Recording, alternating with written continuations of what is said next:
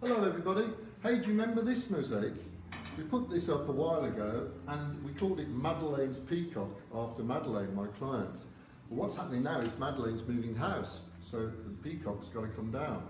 Now that could have been a problem, but we did think about this beforehand and we've got this magic piece of paper. It's actually a brass rubbing really.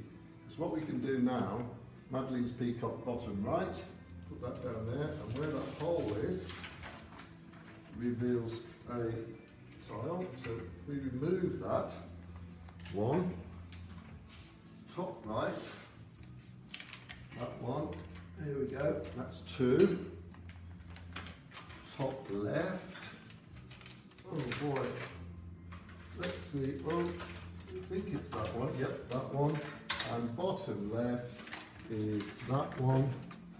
So good. So now what we've got to do is have a little scrape to reveal the screw. There we are. This wall was really tough, I remember. So it's not so easy because as I unscrew it, I'm going to really push hard, and yep, it's starting to turn. So all we do now is unscrew these. Oh boy. And then we can take the mosaic down. And it's as simple as that. Yeah, right.